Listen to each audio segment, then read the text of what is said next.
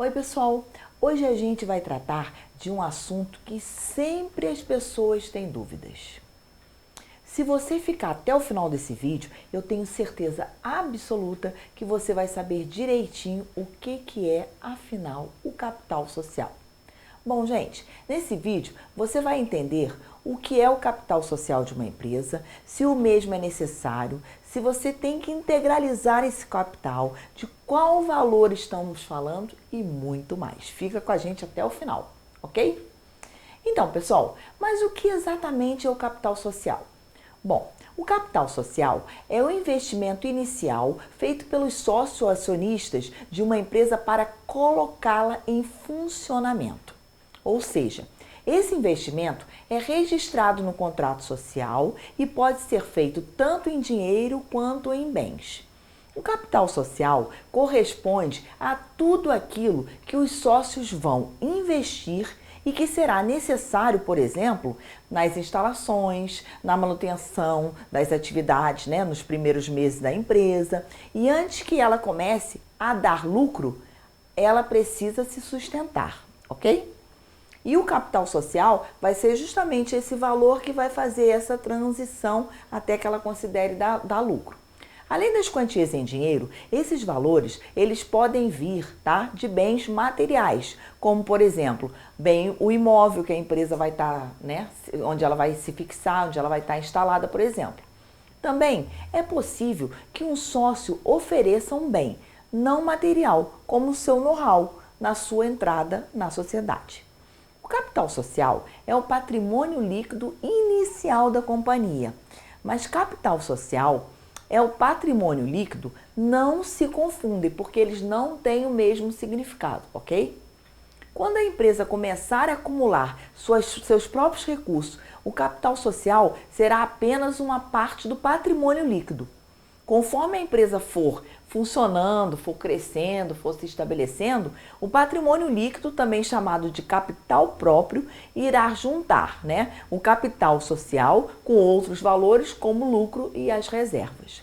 Quando a empresa está sendo formada, o valor do seu capital social inicial vai depender de quanto foi investido ou quanto precisará ser investido naquele negócio. Quanto é necessário, para você manter a empresa em funcionamento, até que a empresa comece a lucrar. O registro no contrato social do capital social é chamado de subscrição. O capital subscrito é aquele que os sócios se comprometem a investir. Mas, gente, isso não quer dizer que esse investimento precisa ser todo de uma vez só, Quando o investimento não é feito de uma só vez, chamamos de capital a integralizar, onde os sócios definem um prazo e a forma que esse capital vai sendo integralizado e subscrito ao longo do tempo.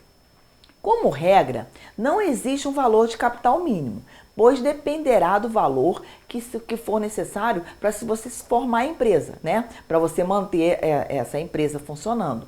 E para manter também o capital de giro, que durante um tempo, como eu falei, você vai precisar se subsistir da empresa e você não pode ainda estar com a operação por completo, então você tem que ter um valor que dê para que você mantenha a empresa e a operação da empresa durante um tempo.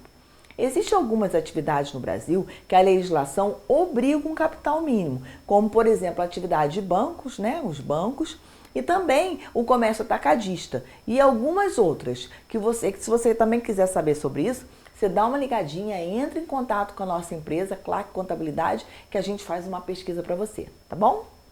Bom, gente, existe também no Brasil legislação própria para o capital mínimo de algumas empresas, dependendo da sua natureza jurídica. Eu te falei as regras e agora eu estou vindo para as exceções.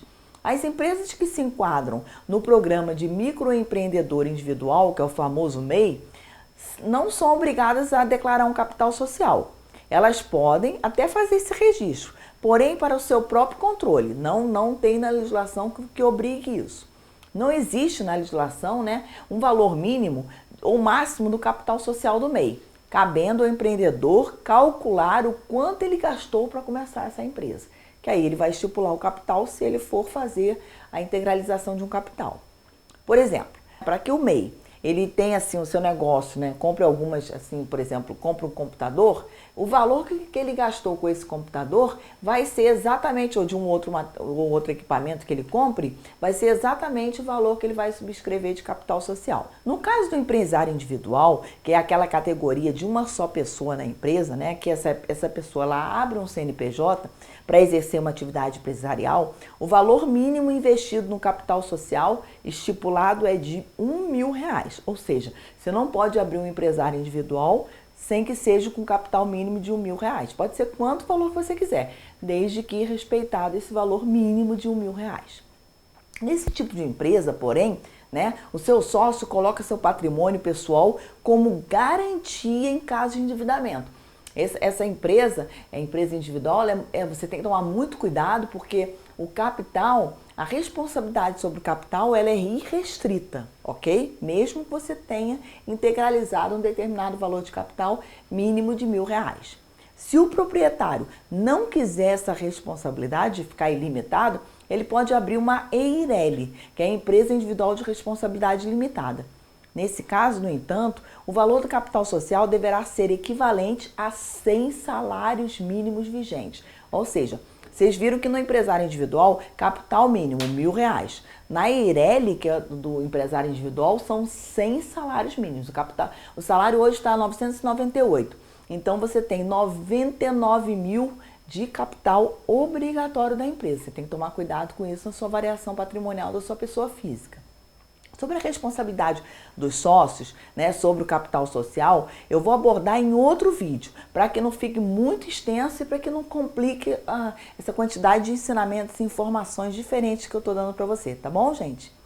Vamos lá. O capital social é de suma importância, não só porque define quais são os poderes de cada sócio dentro da empresa, mas também porque impõe restrições do poder de cada sócio, além de alguns outros benefícios. Diante do que eu expliquei, né, conforme assim a legislação do nosso Código Civil, de todo instrumento societário de constituição de uma empresa, deve ter obrigatoriamente a integralização do capital social. Um dos benefícios do capital social, gente, olha só, é também o planejamento curto e a longo prazo do que proporciona para a empresa. Mas sabendo, né, dos recursos que você também, a entidade, possui, fica muito mais fácil você planejar os próximos passos do seu negócio. Por isso, é muito importante a integralização do capital social.